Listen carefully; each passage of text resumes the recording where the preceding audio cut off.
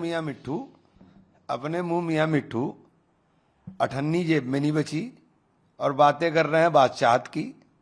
प्रधानमंत्री जी के मुंह से जो शब्द निकल रहे थे उन्हें देख करके सुन करके यही महसूस हो रहा था, क्योंकि दुनिया में अब कोई तारीफ करने वाला आपकी रहा नहीं, तो अब आप तारीफ अपने मुंह ही कर लीजिए। आपका पिछले 12 वर्षों का जो इतिहास है, इन 12 वर्षों में जो आपने देश को खड़ा किया है ला करके, एक वो दौर था जब पंडित जवाहरलाल नेहरू को, जिससे आप मुकाबला करने का प्रयास कर रहे हो, पंडित जवाहरलाल नेहरू को देश भूखा नंगा मिला था। देश में ना खाने को अन्न था और ना तन पे पहनने के लिए कपड़ा बनाने के कारखाने थे, ना कोई उत्पादन होता था।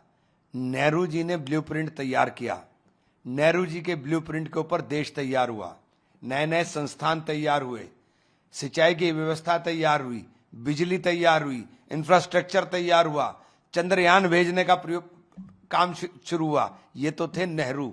और जब नेहरू अमेरिका गए थे तो वहां के राष्ट्रपति नेहरू जी को लेने के लिए प्लेन के गेट पर पहुंचे थे, सीढ़ियों पर भी नहीं, गेट पर पहुंचे थे। नहीं होनी तो तस्वीरें देख लीजिए। उसके बाद राजीव जी गए थे तो रोनाल्ड रीगन छतरी लेकर के राजीव जी को जा रहा था। ये तो आप अपनी हैसियत समझिए कि क्या है। और आप 3 दिन के बाद आपको प्रोटोकॉल मिला था और एक जूनियर ऑफिसर आपको लेने के लिए जाता है। आपने देश को कहां खड़ा कर दिया? आप बता रहे आप विश्वगुरु हैं, आपने कहां खड़ा कर दिया? आपने अमेरिका के सामने घुटने टेक दिए। कमजोरतर प्रधानमंत्री, सबसे कमजोर प्रधानमंत्री पूरा दुनिया के अंदर, आपने अपने आप को साबित कर दिया कि आप अमेरिका के पिट्ठू बन गए।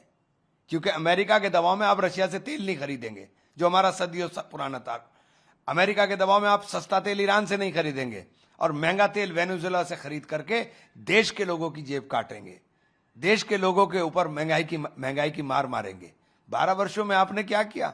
12 वर्षों में आपने हिंदुस्तान के प्रति व्यक्ति जो कर्ज की दर है उसको 4 गुना कर दिया। 12 वर्षों में आपने क्या किया? 12 वर्षों में आपने 2014 से 21 के बीच में 2783 विदेशी कंपनियां देश छोड़कर चली गईं।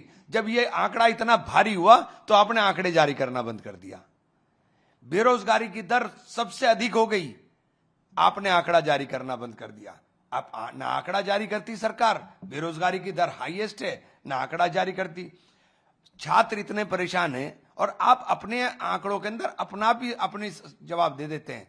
छात्र इतना परेशान है कि नीट की परीक्षाएं, कोई भी परीक्षा हो, आपके राज के अंदर लीक प्रूफ नहीं बची, तो अब आपको सेना का सहारा लेना पड़ रहा है। इससे बड़ा दुर्भाग्य, आप अपने शिक्षा मंत्रालय को अक्षम घोषित कर रहे हो और उसके बाद आप पीठ ठोक रहे हो कि आपने बहुत अच्छा काम किया।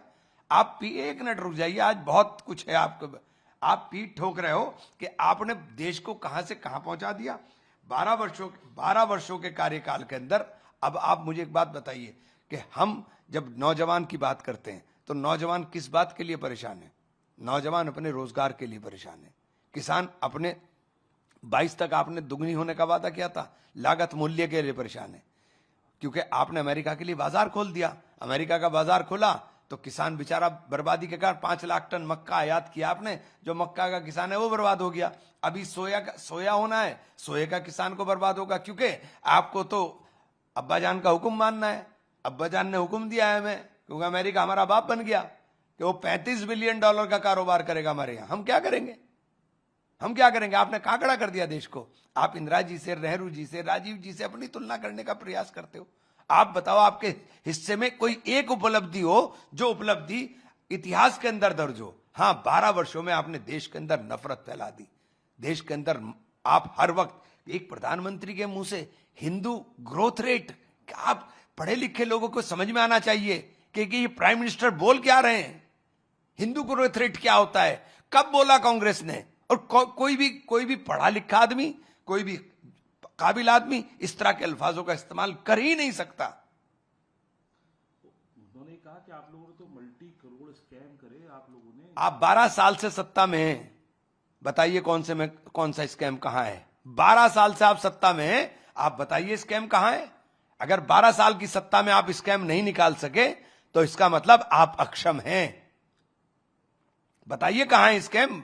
कोई स्कैम बताइए तो, 2G दिखाइए, 4G दिखाइए, कोई सा तो दिखा दीजिए। आप बताइए कहां है स्कैम? सर, एक बड़ी बात ये भी है, टीएमसी जो आपका एक इंडिया ब्लॉक का घटक दल है, वहाँ पर यूसुफ पठान, सयानी घोष जैसे लोग भी अब लिस्ट में शामिल हो रहे हैं, जो लोकसभा के अंदर अलग बैठे। मुझे बताया चला कि यूसुफ पठान साहब का घर गिराने का नोटिस आ गया। अब उनको, अगर एक घर की कीमत के ऊपर आप अपना ईमान का सौदा कर रहे हो तो ये अच्छी बात तो नहीं है। मैं तो बिल्कुल साफ कहना चाहता हूं, देखिए, योद्धा वो होता है जो लड़ता है और कायर लोग भागते हैं। कमजोरी के अंदर नहीं है। कमजोरी के अंदर आप आपके नेता को छोड़कर भाग रहे हो, आप कायर हो। उसने तो आपको उठा के गुजरात से बना दिया। सयानी घोष को फिल्मों में एक्टिंग करते थे, आप लोगों को ला करके बना दिया। आज ममता जी के ऊपर, और ऐसा नहीं है, देखिए मैं आपको आज फिर बता देता हूं, वो ममता बनर्जी है, वो बैक करेगी। सुष्मिता देव तो कह रही है कि फ्यूचर नहीं था टीएमसी में, इसलिए मैं पहले कांग्रेस में फ्यूचर नहीं दिखाई दिया, फिर वहां क्या भाग गई, अब वहां नहीं दिखाई दिया वहां भाग गई। क्या है सुष्मिता देव का, बताओ। सर, टीएमसी के मर्जर की भी बात हो रही थी, हालांकि कल खुद औपचारिक तौर पे जयराम रमेश जी ने इस बात की खंडन कर दिया, लेकिन खबरें ये आ रही थी कि टीएमसी, क्योंकि मुलाकात हुई ममता बनर्जी की। भाई देखिए, हालात इस राहुल गांधी देश के अंदर इस पूरे की पूरे माहौल के अंदर योद्धा की तरह खड़े हुए हैं और ममता जी के बचाव में मजबूत ढाल बन करके खड़े हुए हैं। ये है राहुल गांधी। मैं तो बार बार कह रहा हूं कि लड़ाई अब अगर है तो आर पार की है, तो फिर या तो इधर या तो इधर, बीच का रास्ता नहीं बचा। अब ये नहीं हो सकता कि आप उन्हें भी बुरा कहेंगे, राहुल जी को भी बुरा कहेंगे और बीच का रास्ता निकाल लेगा कोई, नहीं। अब तो सीधा या तो इधर खड़ो या इधर खड़ो, बस। इधर कैसे खड़ा होना चाहिए सर? क्या इंडिया ब्लॉक को मानना चाहिए उन्हें कि इंडिया ब्लॉक के?